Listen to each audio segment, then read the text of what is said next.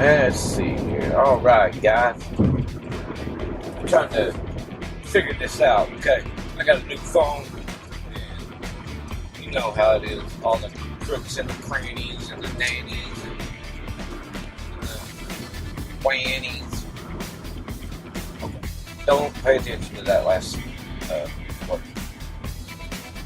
Well, with that being said, yes, I am multitasking. What is up, Cowboys Nation?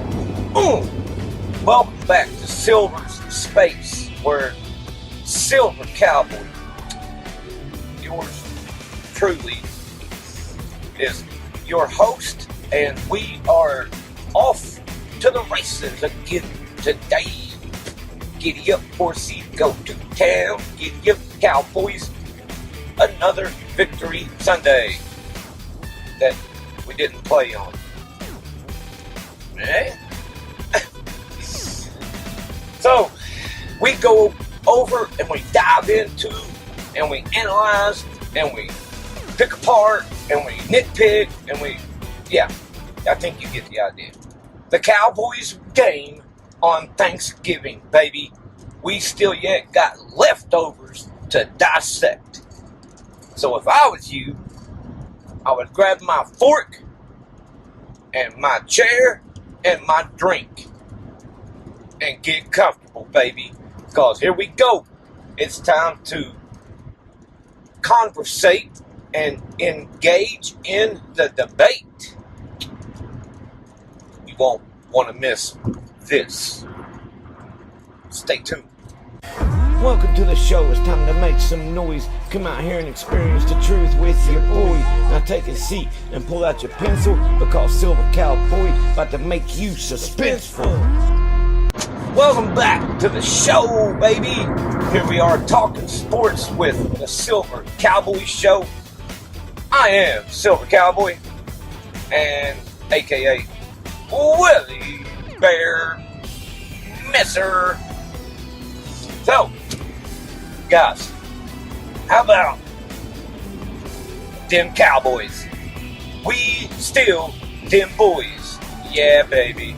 So, Thanksgiving Day was a surreal day, right? Kind of felt like the middle of April, even though it was Thanksgiving in November. And people are still recovering from their full bellies. And I tell you, it just, for me personally, Thanksgiving wasn't the same this year, as it is widely known as my favorite holiday personally. You got family, you got food, and you got, football. And speaking of football, you know, we had a whole day of it. Every game was decided by multiple scores, right? The Detroit Green Bay game, and then, of course, we had the Niners and the Seahawks game. Poor all Seahawks, man. They that game was not fun for them. It couldn't have been. And then we had, of course, the main event, right? It used to be Cowboys and Indians, baby. And we would lasso up and go tie them up, right? Well, it's no longer the Indians. It's now the Commanders, which I call the Commies. The Sam Howell-led Washington Commanders, who beat Dallas and Dak the last time we played them, last season. So we had a little bit to be concerned for coming into this week's game, and especially on a short week. But if anybody knows how to deal with it, it would be the Cowboys, because this is a yearly tradition for Dallas playing on Thanksgiving. All right. With that being said, by the time the third quarter rolled around, we're still relatively a little bit closer than what we would like. points, and it's like either Dak Prescott, Mike McCarthy, or a combination of both decided, all right, let's go. It's time to bury these fools, right? So, and that they did. Man, we got all kinds of stuff to get into about this, man. We got winners, we got losers, we got the best performer, and we got analysis. We got the future to look ahead to as we play another Thursday night game this week coming up again. But I like how the NFL scheduled it, so we'll talk about that.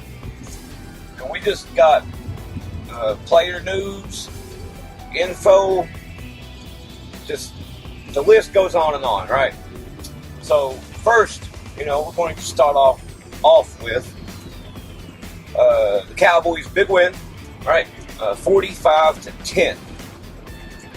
And for anybody that had any Commanders on your fantasy team this week, I'm sorry. Okay? I really am, from the bottom of my heart. I sincerely apologize. Because the Dallas Cowboys choked them out. I mean, our defense was impeccable, undeniable, and ferocious and unstoppable.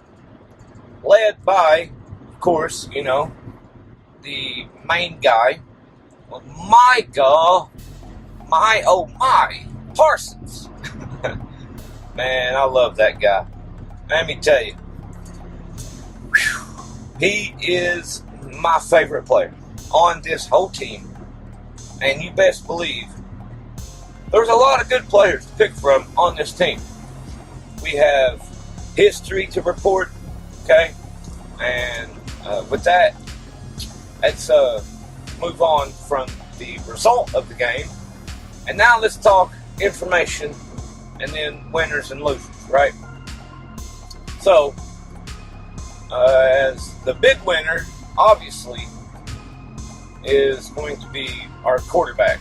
And well-deserved, it should be, it is, it may be, however you want to word it.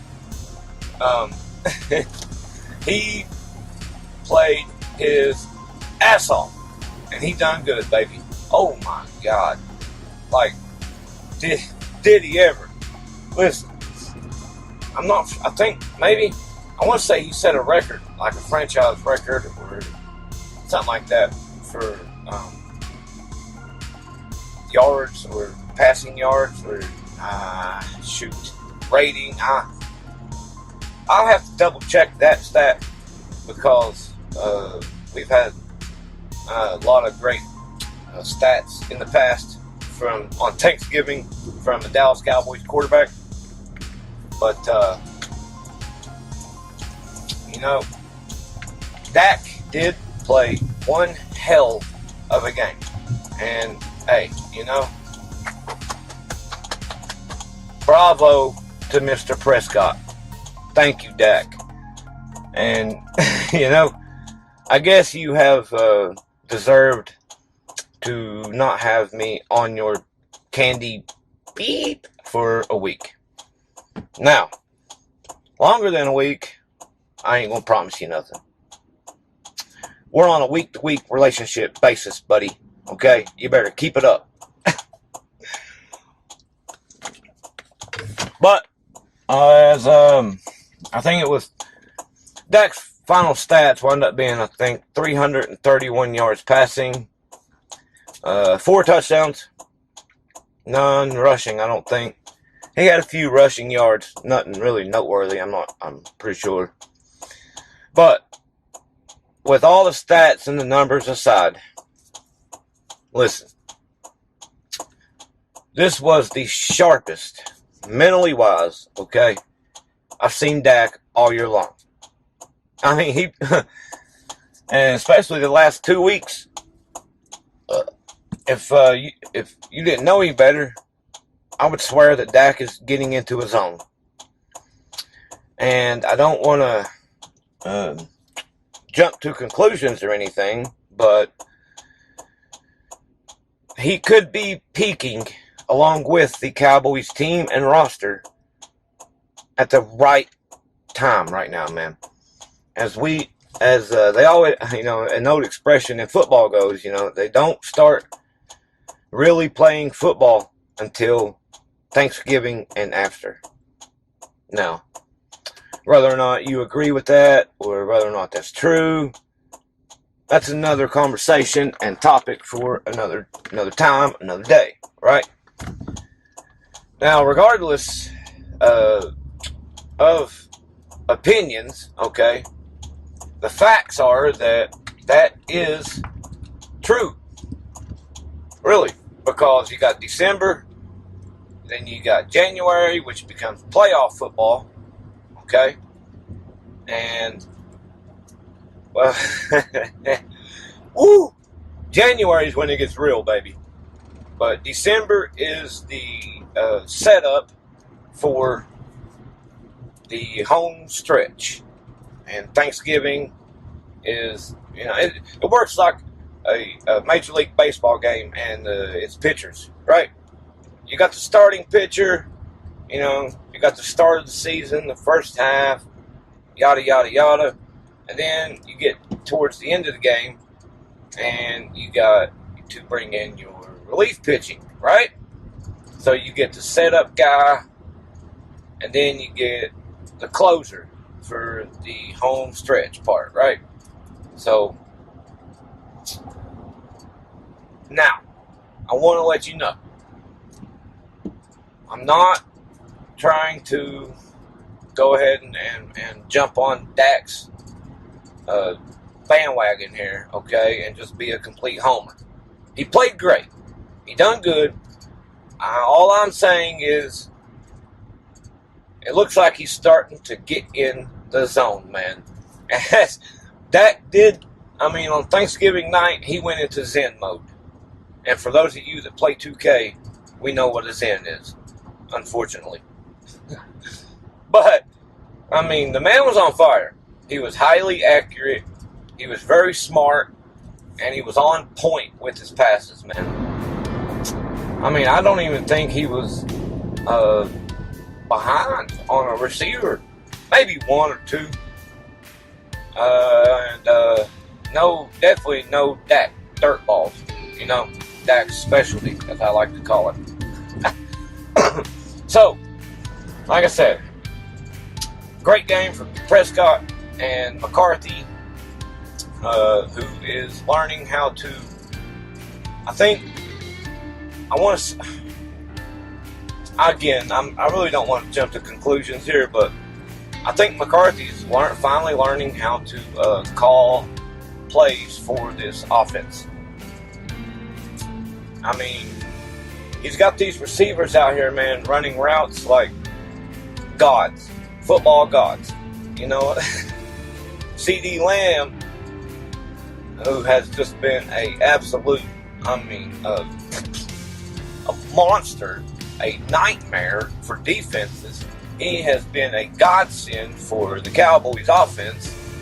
And CD Lamb has, he's dominated the NFL in the first half of the season. So much to the point to where his name got creeped into MVP conversations. Yeah, a wide receiver being talked about as an MVP. And speaking of MVP, Prescott, has played so well the last couple weeks that you got people in the media who are talking about him and then that 3-letter word, MVP, and Prescott in the same sentence. What? I know, right? Who would have ever thought, man? I'll tell you, I would have never, ever dreamed about Prescott and MVP in the same sentence. But here we are, right? And I'm glad it's happening. Yeah, it might have been the second time in his career he has made MVP discussions. But yeah, it is the second time because 2019, I think, was the first time. Yeah. And yeah, his contract year when he played so unbelievable them first 3 weeks. And the rest is history. We know what happened there, right? And anyway, so, but Mike McCarthy is starting to figure out his team. He's learning what he's got, and he's learning how to use them. That right there, that last part of the sentence, he's learning how to use them, is the crucial part, right? Because anybody can go out there and we can call plays, you know. It's calling the right play at the right time for the right player is what is so damn hard about it. Okay?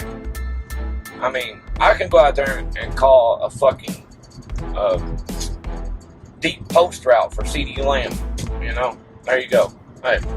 But, like I said, it's situation, scenario, and execution is what makes it special. And McCarthy has really done that the last couple weeks, even going back to the Eagles game, okay? When Dallas was written off, they were killed before the game even started, okay? They were not given any chance, barely a chance at all in that game, especially after the 49ers debacle. That right there, that is going to be the only iffy part, is the 49ers come into play against the Cowboys here. But that's down the road. That's in January if we, come to it. Okay. I have to turn right here. So edit this part out, Will. And, okay. So, anyway. Yeah. I'm glad that McCarthy is finally figuring it out. And, good for him. It's good for the team. And good for the defense. Good for the fan base. I mean, it's just a check mark all the way down the list. Okay, check all the boxes. And so, we do got a little bit of another similar stout test this week. And I look forward to seeing if McCarthy can keep the momentum going, baby. Let's see what's up. Hopefully. Fingers crossed, dog. We got it. And the only really issue is running game. Right? For some reason, and for the life of me, I can't figure out why, but this is where McCarthy and the Cowboys offense is going a little bit south, a little bit wrong here, is the running game. Why, like I said, for the freaking life of me, can the Cowboys not figure out or not understand or not comprehend or whatever, however you want to word it, okay, that Tony Pollard is not a power runner? Really? So how in the hell do they not know this? I mean, okay, you gave it a shot, you gave it a chance. I mean, and hell, they're still giving it a chance. Really, I know, I get it. He's a good running back. He is. I'm not taking that away from him at all. Okay, I love me some TP. He's, the best running back we've had in 5 years, right? And Dallas is driving a square peg into a round hole by trying to run Tony Pollard between the tackles constantly. It's not working, man. And you're supposed to be an analytical man, Mike McCarthy, and you don't see these numbers? Tony Pollard's lowest average, guys, in his career is right now, this year. That's his lowest rushing attempt average per play. I think he's at 3.5 per attempt. Really? Yeah. 3.5 rushing yards per attempt.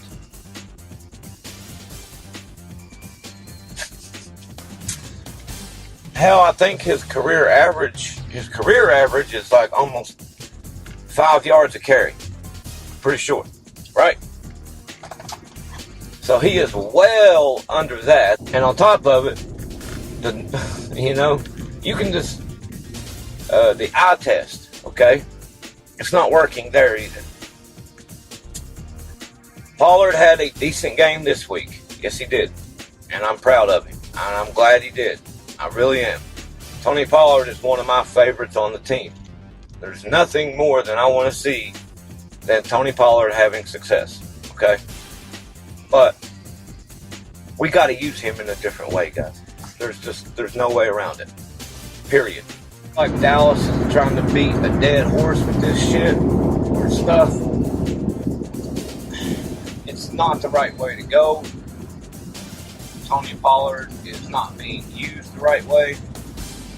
And you take McCarthy with all of his experience, especially on offense, with him being a offensive guru, for lack of a better word right now, would recognize this and know this and try to do something about this. Now, I'm not saying he don't recognize it, okay, but the odds ain't looking good in his favor, right? Only thing they need to do is make some adjustments, man. Tony Pollard is a speed guy.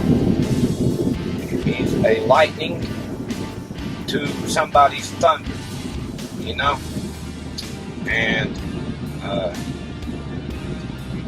that's how he needs to be used. He's not being used that way.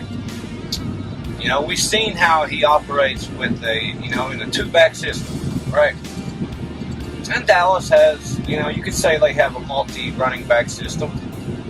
Most definitely. Because, we use different running backs all the time throughout the game. Rico Dowdle is really coming on. I like him. I like him a lot. He's a strong runner, and he's hard to tackle. Hard to get to the ground, man. If you're going to be a running back, that's a very, very good skill to have. Is being hard to tackle. In a different sense, though. See, Rico is a lower his shoulder type of guy. He's the power guy. And Tony Pollard, don't get me wrong, he does have power to him, but that's not his specialty, okay? Sadly, but it's true. What are we supposed to do about that? God made you a certain way, and made your body that way, and you have to, do the best with what you got, right? That's what we're all out here trying to do in real life, at work and in your day-to-day operations. Well, Pollard is really just not being used to maximize his effectiveness, and once again, I guess if I have to be the one to say it, then I will. We need to change how we're using our running backs, Mike McCarthy. Now, I do want to make a side note that it could be out of his control, because we do have a very, very hands-on general manager / owner, and Mr. Gerald Wayne Jones. And he's paying Tony Pollard handsomely. Granted, it's on a franchise tag. Still yet, that money is coming out of the Cowboys' pocket. Okay? The NFL ain't paying Tony Pollard. The Dallas Cowboys are. And so it counts towards the cap. $10 million for a running back is a pretty large chunk of money. Especially, like I said, for that position. But here we are, right? This is the hand we're dealt, and this is the hand we got to play. So, I'm just saying, it wouldn't kill nothing or kill nobody to make an adjustment. Tony Pollard can still be the main guy, a featured player in this system and in the backfield. Just got to figure out how to use him the right way, man. That's all. It ain't that hard. I promise. Alright. Moving on. Okay. As I said, we got winners and losers. Okay. And so 3 big winners today. 3 big winners. We're not today, but, for the game. Obviously, I don't know if should we include Dak Prescott? I mean, obviously he had a great game. I know that. I see that. Okay. Secondly, does the MVP of the game count towards the winners? What do you guys think? I'm thinking no. So we'll have 3 separate winners besides Dak. And that is, one of them will be Brandon Cooks, who had another, decent game, caught himself a touchdown, had some key catches and third down conversions in the game that kept drives alive to help put points on the board. And he had a big 30-plus yard catch for a touchdown on a deep crosser. While still, the man's speed is crazy. I swear it is. He's 28, 29 years old. Been in the league as long as Dak has. And he still is able to create a good amount of separation, okay, from just about any cornerback in the league. And the fact is now that he don't have to play against the team's #1 corner, it's only looking better. Now we've got to keep it going. Consistency, right? Okay. So like I said, Brandon Cooks is 1. Let's see. Number 2 would be, Dayron Bland. Yo, Dayron Bland, baby. How about this guy, huh? I swear, man. He's something else. He really is, man. And I swear, man. From day one, last season, when he got inserted into the role of slot cornerback, I think it was the Titans game, actually, last year, where Jordan Lewis was kind of hurt. Not kind of hurt, but was hurt. And he had to be inserted into the lineup, for lack of a better term right now, because of injury. A lot, and like this year, inserted into a certain role in the lineup because of an injury. right?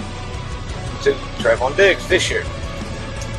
Only this year he's not the slot cornerback. He is playing Trevon Diggs' position, the number 1 cornerback.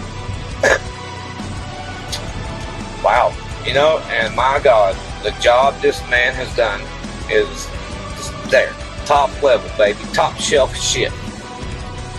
He made freaking history this year and done it in 11 games. Let me point that out to you guys, okay? 11. Not 14, not 16, not 17. Think about all the great cornerbacks out there, guys, in the history of the NFL. 11 games, Daron Bland set the interceptions returned for touchdown mark, man. All time. All time. 5 in 11 games, okay? I mean, think about it. You got Deion Sanders, Darrelle Revis's, you know, shoot, man. I mean, of course I'm having a brain fart right now. But, it's just impressive. Still ain't the word, man, that I need to use for this cat, you know? I mean, he's off the charts. There's just no way around it. The dude is superb, okay, at his job. He is a definite winner, okay? And so, and winner number 3,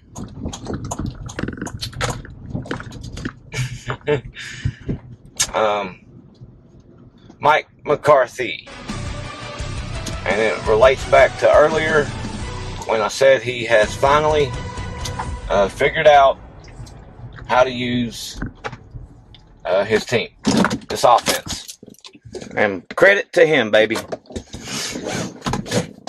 All right, guys. As always, baby, that'll be it for the show, okay? And as always, until next time, baby.